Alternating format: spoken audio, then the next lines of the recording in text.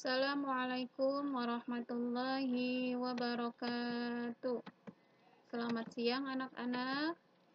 Eh, Pada kesempatan kali ini kalian di kelas 8 bertemu kembali dengan Ibu dalam mata pelajaran yang sama seperti kalian dulu waktu kelas 7, yaitu mata pelajaran pendidikan agama Islam.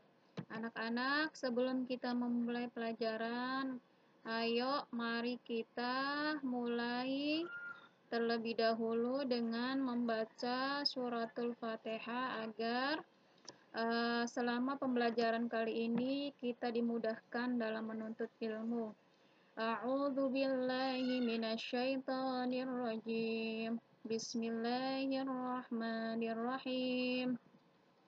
Alhamdulillahi rabbil alamin. Ar-Rahmanir-Rahim. Maliki yaumiddin. Iyyaka na'budu wa iyyaka nasta'in. Ihdinas siratal mustaqim. Siratal ladzina an'amta 'alaihim ghairil maghdubi 'alaihim waladdallin. Amin. Anak-anak, pada kesempatan kali ini kalian akan mempelajari bab pertama.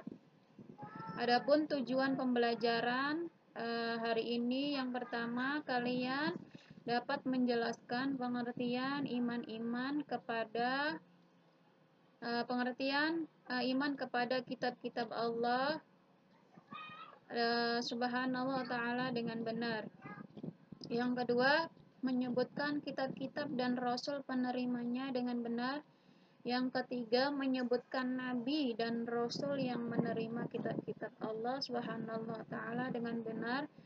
Yang terakhir, kalian mampu menunjukkan dalil nakli tentang iman kepada kitab-kitab Allah. Selanjutnya, bab pertama tentang meyakini kitab-kitab Allah, mencintai Al-Quran. Anak-anak, sebelum kita membahas tentang macam-macam kitab Allah yang diturunkan kepada nabinya masing-masing, kalian terlebih dahulu harus mengetahui dasar iman kepada kitab-kitab Allah. Apa sih pengertiannya sebenarnya tentang iman kepada kitab Allah?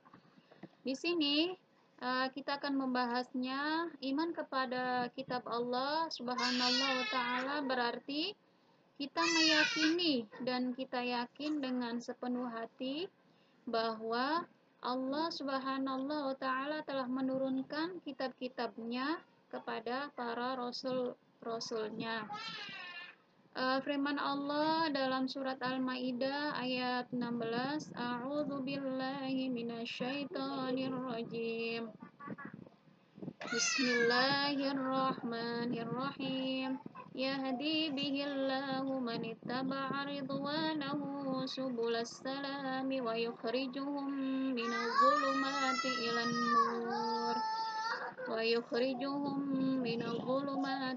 nur.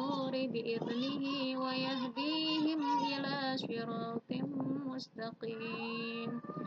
Yang artinya, dengan kitab itulah Allah memberi petunjuk kepada orang yang mengikuti keridhoannya ke jalan keselamatan.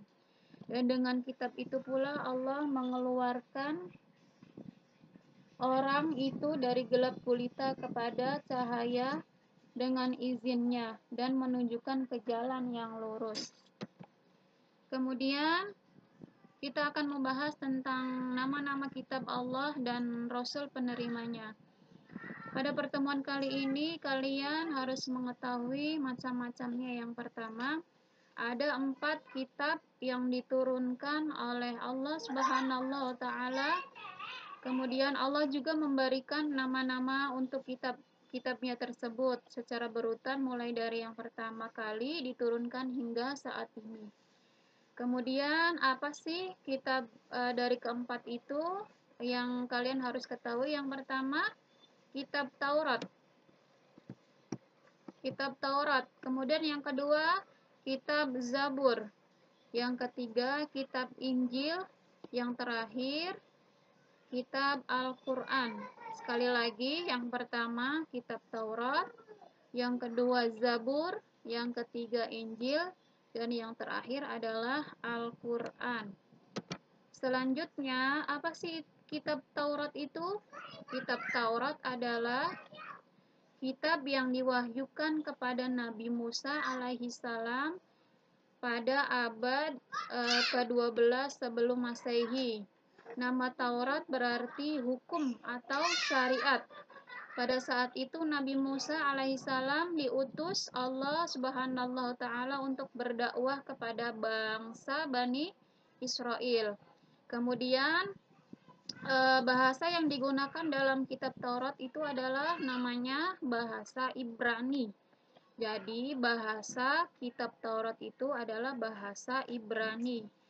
Kemudian apa sih pokok-pokok ajaran yang terkandung di dalam kitab Taurat? Yang pertama, membahas tentang perintah untuk mengesahkan Allah Subhanahu wa taala.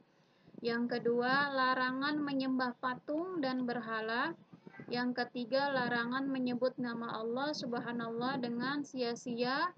Kemudian berbuat zina, mencuri, menjadi saksi palsu, kemudian larangan mengambil hak orang lain, dan yang terakhir perintah mensucikan hari Sabtu, perintah menghormati kedua orang tua, dan larangan membunuh sesama manusia. Itu yang terkandung dalam ajaran Taurat. Selanjutnya kitab Zabur. Kitab Zabur ini diturunkan kepada Nabi Daud alaihi salam untuk bangsa siapa? Bangsa Israel atau umat Yahudi. Kitab ini diturunkan pada abad ke-10 sebelum Masehi di Yerusalem. Kemudian bahasa yang digunakan dalam kitab ini adalah menggunakan bahasa Kipti.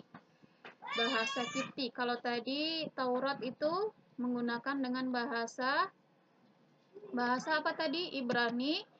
Yang Zabur menggunakan bahasa Kipti.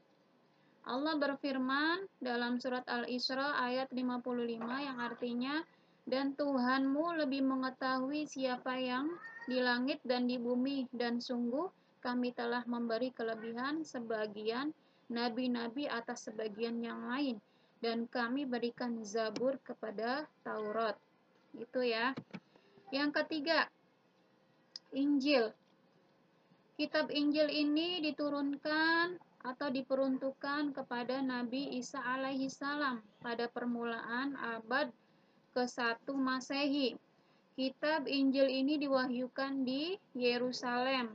Kitab ini pada awalnya menggunakan bahasa Suryani. Kemudian kitab ini juga menjadi pedoman bagi kaum Isa alaihi salam. Allah berfirman dalam surat Maryam ayat 30 yang artinya dia, yaitu Nabi Isa berkata, sesungguhnya aku hamba Allah, dia memberiku kitab Injil, dan dia menjadikan aku seorang nabi. Kemudian apa sih ajaran-ajaran yang terkandung dalam kitab suci Injil ini? Yang pertama, perintah untuk kembali mengesahkan Allah Subhanahu wa taala. Yang kedua, menghapus beberapa hukum dalam kitab Taurat yang tidak lagi sesuai dengan perkembangan zaman. Yang ketiga, menjelaskan bahwa kelak akan datang kembali seorang rasul setelah Nabi Isa, yaitu Nabi Muhammad Shallallahu alaihi wasallam. Oh, ternyata pada kitab terdahulu juga diterangkan bahwa kelak akan datang seorang nabi terakhir, yaitu Nabi Khotamul Anbiya. Ada yang tahu nabi siapa, anak-anak? Yaitu Nabi Muhammad Shallallahu alaihi wasallam. Kitab Injil ini menjadi pedoman bagi para pengikut agama Nasrani agar melaksanakan hukum Allah dan tidak terlena oleh gemerlap harta dan dunia. Yang terakhir, Al-Quran. Al-Quran ini adalah kitab sucinya kita, yaitu